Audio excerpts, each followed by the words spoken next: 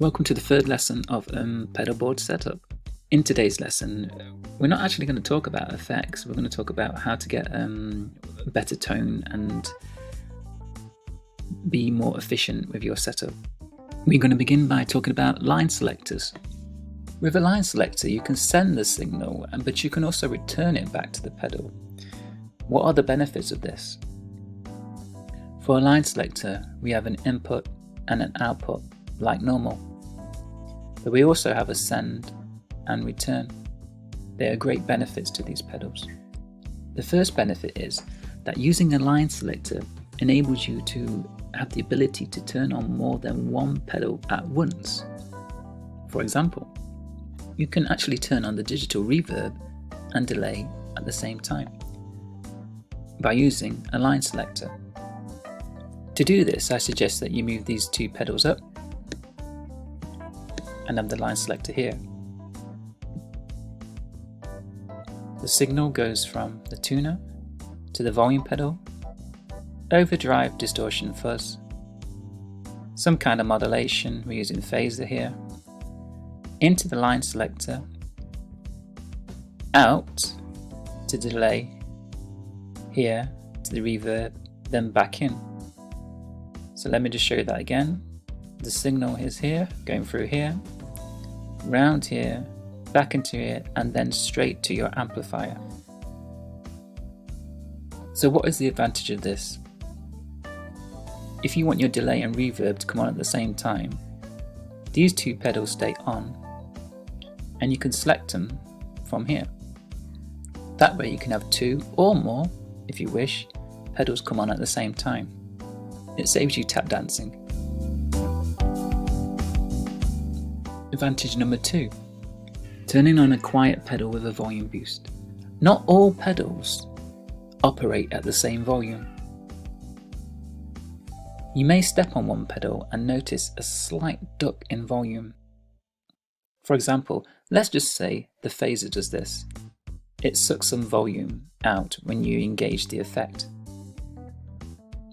How do we get around that? The best way to get around it is to use a line selector. Let's move the phaser at the top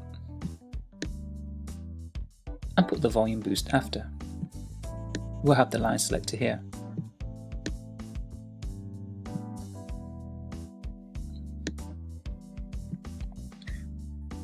Now what happens is your phaser stays on and your volume pedal stays on. You engage these two by clicking on the line selector. So, from the tuner to the line selector, out into the volume pedal, out into the phaser, then back in, and so forth to your amplifier. This is a good thing to do when you have a guitar pedal that is quite low in volume. Feed it through the volume pedal, and whatever pedal is low in volume, then feed it back in. Like I said, it's best if these two stay on and you just engage them from here.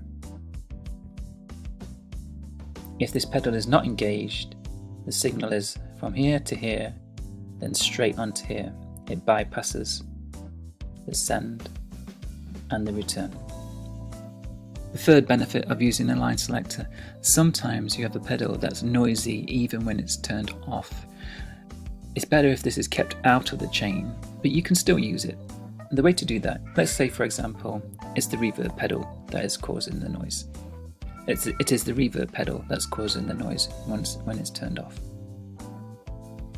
Simply remove that pedal from the chain, put your line selector in, and then the signal goes as so forth: tuner, overdrive, volume pedal, phaser, line selector, send it to the reverb, send it back to the line selector, delay, and over to your amplifier. This stays on all time, and when you want to hear it, you simply select it on or off. If this pedal is off, then the signal will go tuner, overdrive, volume pedal, phaser, line selector, delay. It simply skips the reverb. That way you can keep that noisy pedal out of the chain but still use it when you want to. Compressor pedal, a pedal that is often overlooked. Compressors can be used in a variety of ways and for a variety of genres. They're good for sustaining the sound, if you're lacking sustain in your sound. Evening out the dynamics, so controlling the dynamics. If you get some pedals when you engage in, they're louder than others. They're great for funk music, especially with a clean signal. Compressor pedals work best at the beginning of the chain, after the tuner. Buffer pedal, not the most exciting pedal, but it can do wonders for your guitar signal. You may have noticed that some pedals are either classed as true bypass or not. True bypass is not necessarily better. If a pedal is not true bypass, it normally has a buffer in it. For example, the chromatic tuner has a built-in buffer. Buffers are used to boost the signal in long chains. Tuners go at the start. It makes sense that Boss have built a buffer inside this tuner to buffer the signal along the chain.